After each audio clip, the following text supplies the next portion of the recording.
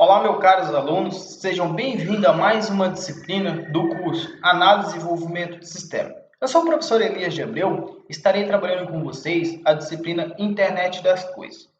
Para dar início, eu gostaria de passar meu e-mail para todos, porque será o e-mail a forma de comunicação. Então, o meu e-mail é elias.silva@ifro.edu.br. Qualquer dúvida, sugestão, estou à disposição. E eu gostaria de apresentar também a ementa da disciplina.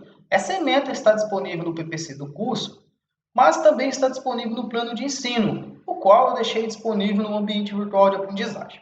A ementa tem início como o conceito de internet das coisas. Então a gente vai trabalhar com o que é a internet das coisas, bem como a sua definição histórica, como surgiu o conceito de internet das coisas. Posteriormente, a gente vai ver o cenário de aplicações, onde está sendo aplicada a internet das coisas, as plataformas, as principais plataformas de desenvolvimento, então quais são as IDEs, os meios de desenvolvimento de internet das coisas, prototipagem, então a gente vai utilizar algumas placas de prototipagem e explorar alguns sensores e atuadores. Então, o contexto, a ementa da disciplina é essa. Aí, lógico, a gente vai ter alguns desafios nessa disciplina por estar no meio totalmente online. Infelizmente, com a pandemia, a gente não tem a possibilidade de executar essa disciplina presencial, onde a gente poderia pegar o Arduino, pegar um ESP na mão e realmente programar. Mas a gente vai tentar solucionar o máximo das dúvidas e tentar usar o máximo possível de simuladores. Simuladores online como o Tinkercad, que eu vou apresentar posteriormente. Outro ponto muito relevante da nossa disciplina é saber quais são as atividades avaliativas. Como será avaliado cada aluno nessa disciplina? A atual disciplina terá duas atividades avaliativas. A primeira atividade é a escrita de um projeto. Aqui o projeto é apenas escrito. Você não vai precisar desenvolver o protótipo. O protótipo, quando eu falo protótipo, é você pegar o Arduino ou pegar o ESP e codificar, colocar todos os circuitos. Aqui vocês não precisam, vocês apenas vão escrever o projeto. Eu vou deixar o modelo de projeto disponível na internet. Esse é o modelo, então na internet não, desculpa, vou deixar no aba da disciplina. Esse é o modelo onde vocês vão preencher o nome, o título do projeto e aqui os dados do projeto, o objetivo específico, justificativa, introdução, tudo mais. Aqui no objetivo, exemplo, desenvolver um controle de automação dos ares condicionados do Laboratório de Informática do IFRO Campus de Paraná. Então, esse é o objetivo do projeto. Exemplo. Então, vocês vão escrever tudo aqui de acordo com a disciplina Metodologia Científica, é claro, e eu vou estar corrigindo posteriormente. E outra coisa bem importante nesse projeto que eu queria especificar, os recursos materiais. O que vocês vão escrever nesses recursos materiais? O exemplo que eu falei anteriormente, desculpa. Desenvolver um sistema de automação dos ares condicionados dos laboratórios de informática. Quais são os recursos que eu vou utilizar? Quais são os recursos materiais? Vou utilizar 3 ESP8266 no seu modelo 12E. Exemplo. Não precisa entender o que é o ESP266 que a gente vai abordar posteriormente. É uma placa de prototipagem. Então, eu vou utilizar 3 Arduinos com Internet Shield. Outro exemplo. 2 receptores de infravermelho, 3 emissores de infravermelho, 3 relay. Então, eu vou colocar todos os dados, todos os recursos materiais que eu vou precisar no meu projeto. Isso aqui vai contar muito ponto para vocês, porque para vocês escrever um projeto, vocês têm que ter noção do custo que vai ser esse projeto. Porque eu vou falar para vocês, olha, uma justificativa do projeto de automatização dos laboratórios. O gasto com a energia, diminuir o gasto com a energia do campus. Mas se eu não sei quanto vai custar esse projeto, talvez não seja viável. Então, saber a viabilidade. Vocês podem pegar o valor básico aqui. Por exemplo, vou pegar 3 ESP266. O valor base está o quê? R$6, R$10. Vou colocar aqui, total, 30. Vamos por R$10, 30. Então, vou colocar todos os recursos e o valor total do meu projeto. Após isso, esse projeto, então, será 50% da nota de vocês e os outros 50% será uma lista de atividades. Essa lista de atividades, vou disponibilizar alguns exercícios onde vocês vão estar solucionando usando o simulador Tinkercad. Todas as atividades poderá ser solucionada apenas com um simulador. Então, não vou exigir que você tenha um Arduino ou tenha um ESP. Praticamente todas vão ser resolvidas via simulador. E vocês vão estar enviando tanto o circuito quanto o código para funcionamento.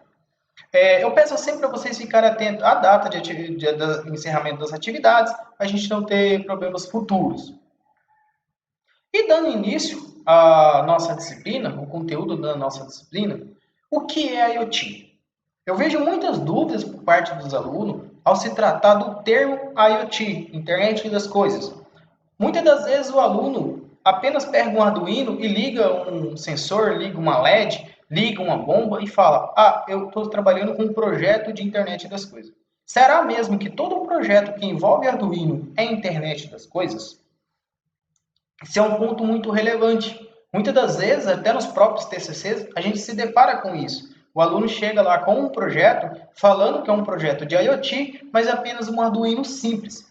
E para definir o conceito do que é IoT, eu trouxe uma definição do livro do Oliveira, no seu livro Internet das Coisas, na sua página 16, ele fala o seguinte: Internet das Coisas não é somente ligar as coisas pela internet, mas também torná-las inteligentes. Quando eu falo internet das coisas, eu estou falando que ligar ou desligar uma coisa pela internet. Mesmo não sendo só isso, ele já está falando que não é somente, ou seja, isso aqui também é um requisito. Para ser internet das coisas, eu tenho que ter uma comunicação com outro dispositivo, ter uma rede de computadores. Então, o princípio básico de internet das coisas é o quê? As coisas do dia a dia comunicando com a internet. Lógico, para nosso projeto da disciplina, não precisa estar comunicando a internet. Exemplo, eu vou fazer automação do laboratório de informática, mas ele pode estar só disponível na rede do IFO. A partir que eu fiz o login na Wi-Fi do IFO, eu consigo acessar esse site. Eu posso fazer isso sem problema algum. Mas a definição de Oliveira vai apenas mais a fundo, no exemplo, que tem que ser pela internet. Então, mas para termos do projeto, desde que seja a partir do Wi-Fi, está ok. Mas Oliveira fala que não é apenas ligar ou desligar, mas também torná-las inteligentes. Se vocês pesquisarem, um exemplo de IoT bem legal que surgiu nos últimos anos, surgiu em torno de 2017 a 2018, é a geladeira da Samsung. Essa geladeira permite até fazer compra pela própria geladeira. Então, é um sistema de IoT, é uma coisa do dia a dia comunicando com a internet. Ela também avisa você o que está faltando na sua geladeira, de acordo com as suas configurações. Pode dar uma pesquisada no YouTube, vocês vão ver vários vídeos dessa geladeira, bem interessante. Então, um exemplo de IoT, ou seja, uma coisa do meu dia a dia que está comunicando com a internet. Então, a definição da internet das coisas é isso. Então, fica muito simples quando eu falar, eu liguei e desliguei um Arduino, já é IoT, fica um pouco equivocado. Então, eu peço atenção para vocês a esse ponto. Dando continuidade, a gente vai trabalhar um pouco sobre o contexto histórico. Como surgiu o termo, como surgiu a IoT. A ideia de se conectar objetos é discutida desde 1991. Por que desde 1991? 1991, na década de 90, foi quando surgiu a internet. Então, quando a conexão do CP e a internet que conhecemos hoje começou a se popularizar, com o surgimento da internet, começou a ter a ideia de conectar as coisas na internet. Porém, o termo internet das coisas, propriamente dito, foi proposto em 1999 por Kevin Aston, do MIT, quando ele propôs o termo internet das coisas, e 10 anos depois ele escreveu o artigo As Coisas da Internet, para um jornal chamado RFID, que é um jornal de radiofrequência. Então, se vocês observarem, o termo internet das coisas tem 21 anos, se a gente for analisar hoje. Mas a ideia de conectar as coisas à internet surgiu em 1991, quando a internet começou a se popularizar. Porém, a internet das coisas que a gente se conhece já é um pouco antes. O início de IoT, as primeiras tecnologias de IoT, associado ao conceito, ficou conhecido como RFID.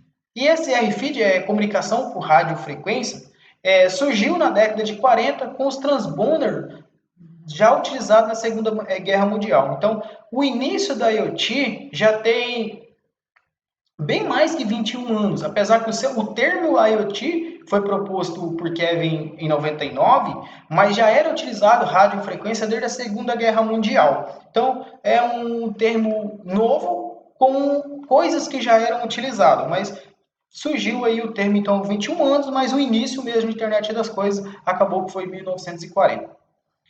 Atualmente, a IoT está em constante crescimento devido ao baixo custo dos eletrônicos embarcados e consumo mínimo de energia. Hoje, se vocês entrar no site chinês, vocês vão deparar com placas de Arduino, Arduino Uno ou outras versões do Arduino por R$ 10, R$ 20. Sensores por 3, R$ 2. Uma placa ESP8266 do modelo 12E por R$ 10. Então, assim, isso popularizou a internet das coisas, a possibilidade de você desenvolver um produto de baixo custo.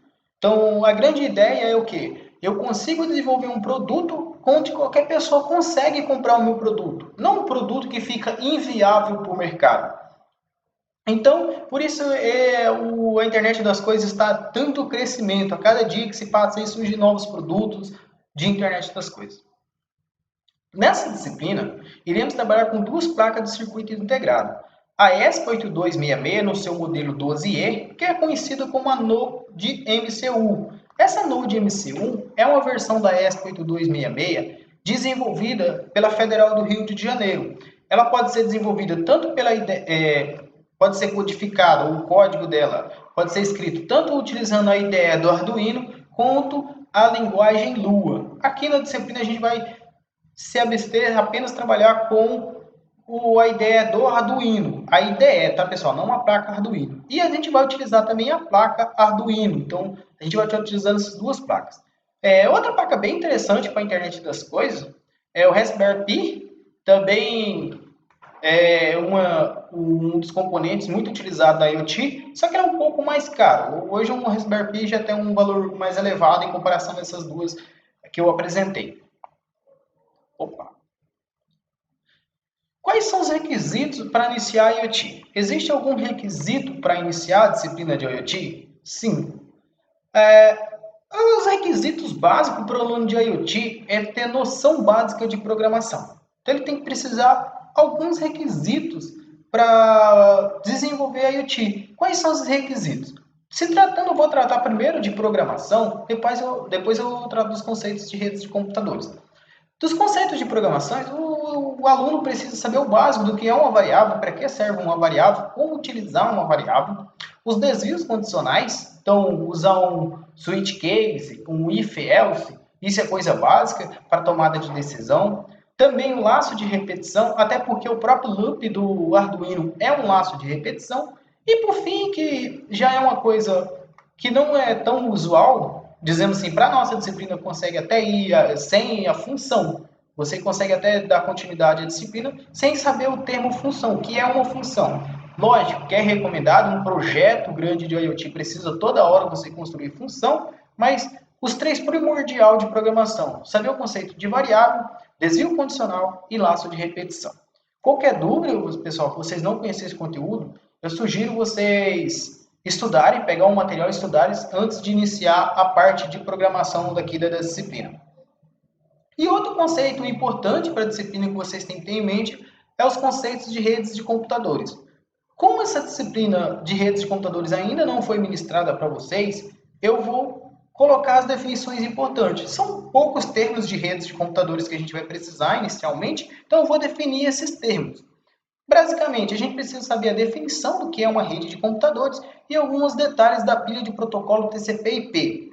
O que é essa pilha de protocolo TCP/IP?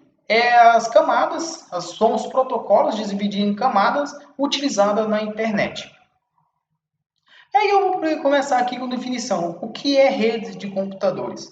Eu peguei duas definições dos principais autores de redes de computadores e coloquei aqui para vocês. Segundo Turnbull, no seu livro Redes de Computadores, rede de computador é um conjunto de computadores autônomos interconectados por uma única tecnologia. Ou seja, segundo Turnbull, se eu tiver dois ou mais equipamentos conectados, já existe uma rede de computadores. Não precisa ter um roteador, não precisa ter um switch para mim ter uma rede de computadores. A partir que eu estou comunicando dois dispositivos, isso já é considerado uma rede de computadores.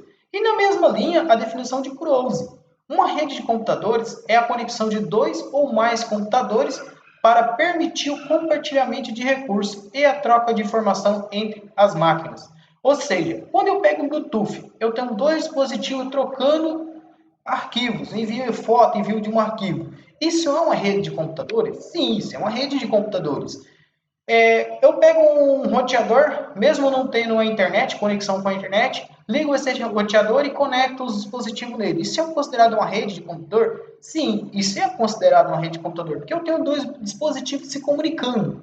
Então, a rede de computadores, a ideia inicial é o quê? Eu tenho os dispositivos comunicando para trocas de recursos, então compartilhamento de recursos. E aí, a definição de internet. O que é internet? Internet nada mais é do que a rede mundial de computadores. Ou seja, uma rede que interconecta milhões de equipamentos de computação em todo o mundo. Ou seja, a internet é a rede, só que é uma rede em grande escala. Dizemos que é uma WAN. Então, onde todos os equipamentos do mundo estão conectados a essa rede. Uma coisa muito importante, até falei anteriormente, gostaria de frisar, que a internet utiliza pilha de protocolo TCP/IP. Quando vocês pesquisarem sobre o tema TCP/IP, vocês vão observar que existe o TCP/IP, que é a pilha utilizada pela internet, e o modelo OSI. O modelo OSI é proposto no início com 7 camadas, mas aí a internet acabou adotando o TCP/IP. Segundo alguns autores, falam que é 5 camadas, outra é 4 camadas. Outra coisa importante é saber o que é um protocolo, porque a gente fala aqui, a internet utiliza pilha de protocolo. Mas o que é um protocolo? Protocolo nada mais é do que a definição do formato e das mensagens, da ordem das mensagens, ou seja, definição das regras de comunicação entre os dispositivos. Existem diversos protocolos que vocês devem conhecer. O mais conhecido é o HTTP, que define o quê? Como que é feita a troca de mensagens sobre hipertexto, que é o HTTP da internet. Então, quando você acessa uma página web, um site, você está utilizando o protocolo HTTP. Um outro protocolo é o SMTP, de envio de e-mail, o POP, de recebimento de e-mail, o SSH. Então, existem diversos protocolos. Para essa disciplina, eu preciso conhecer diversos protocolos? Não, a gente vai conhecer os protocolos específicos que a gente for trabalhando, eu vou explicando. Mas, inicialmente, a definição de protocolo é o quê? São as regras para a comunicação dos computadores. E o protocolo mais trabalhado aí na disciplina, que mais a gente vai precisar, é o IP, ou seja, Internet Protocolo, o protocolo de internet. O que é esse protocolo? Protocolo IP é uma identificação única para cada computador conectado a uma rede. Existe o IP privado e o IP público, mas eu não vou entrar nessa diferença. E fica a critério de vocês, a curiosidade de cada um, está pesquisando a diferença entre o IP privado e o IP público. Basicamente, o IP privado é o que vai definir na rede qual equipamento está conectado à rede, e o IP público vai identificar aquela rede que está comunicando a internet. Normalmente, é um ou mais IP daquela rede que está comunicando com a internet. Mas aí fica a critério de vocês saber a diferença do IP privado e o IP público. O que eu preciso para a disciplina? Vocês entenderem que o IP é o quê? Identificação única de cada máquina conectada à rede. Cada computador ou dispositivo conectado à minha rede. Outras definições é a máscara. Para que serve a máscara? A máscara é a regra da rede. Como que a rede está formada? Quantos dispositivos eu tenho nessa rede? Qual classe ela pertence? Aqui tem uma definição que é uma sequência de números que define qual rede o computador pertence. Se vocês pesquisarem um pouco mais a fundo, não entra aqui no nosso contexto, mas vocês vão perceber que existem várias classes de rede, classe A, B, C, e assim. Então aqui não entra nesse contexto, só entender o básico, o que é uma máscara. A máscara é só apenas a definição de como funcionam as regras da rede. E o outro equipamento que a gente precisa entender, um outro conceito, é de getter. O que é um getter? O getter é um dispositivo que vai interligar redes distintas. Então, quando eu tenho um equipamento que liga duas redes, eu tenho o getter.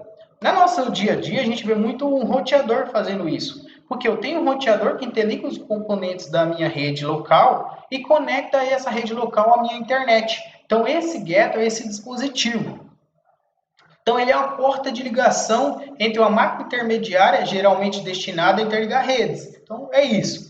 E para finalizar, eu acho que o conceito até mais importante do que os anteriores é a porta. O que é uma porta?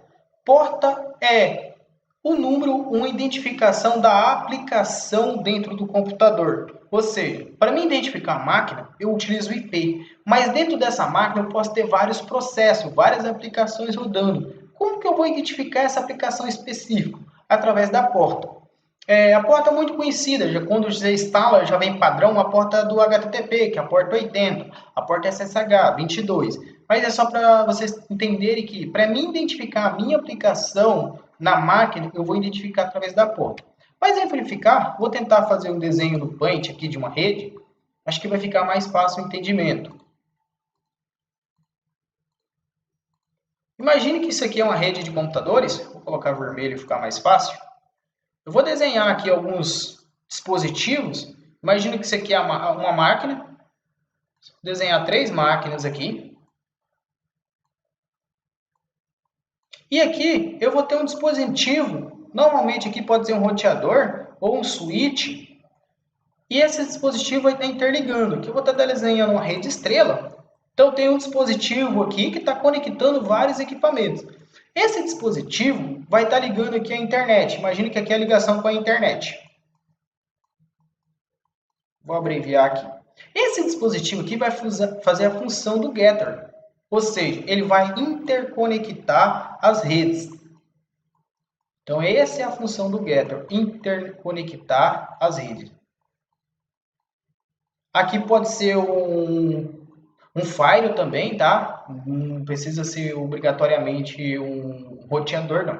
E aqui, como que esse getter? Imagina que eu peguei dessa máquina 1, essa máquina 1 aqui, e enviei, vou pegar outra cor aqui, essa máquina 1 enviou uma mensagem, uma requisição para o getter. E o getter pegou essa mensagem e falou, eu quero acessar o site www.ifro.edu.br. O getter recebeu essa mensagem e falou, opa, eu tenho que ir lá na internet e buscar esse site.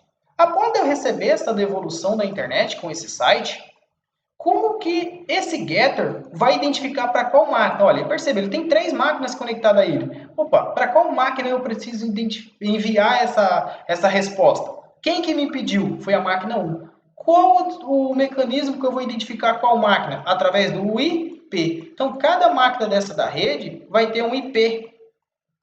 Lógico, isso aqui é o IP privado, tá? Não estou entrando na diferença deles. Então, aqui vai ter um IP.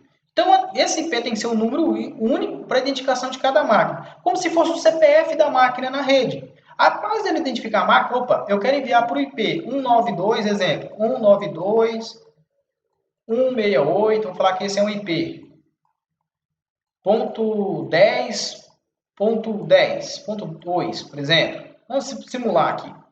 Opa, esse é o IP que eu quero enviar. É o IP da máquina 1. Então ele vai pegar aqui e falou, opa, tem que enviar para essa máquina. Após chegar o pacote nessa máquina, a resposta nessa máquina, ele vai falar, opa, dentro dessa máquina eu tenho vários processos. Eu tenho o processo 1, eu tenho o processo 2, tenho vários processos. Qual o processo desse que pediu essa solicitação?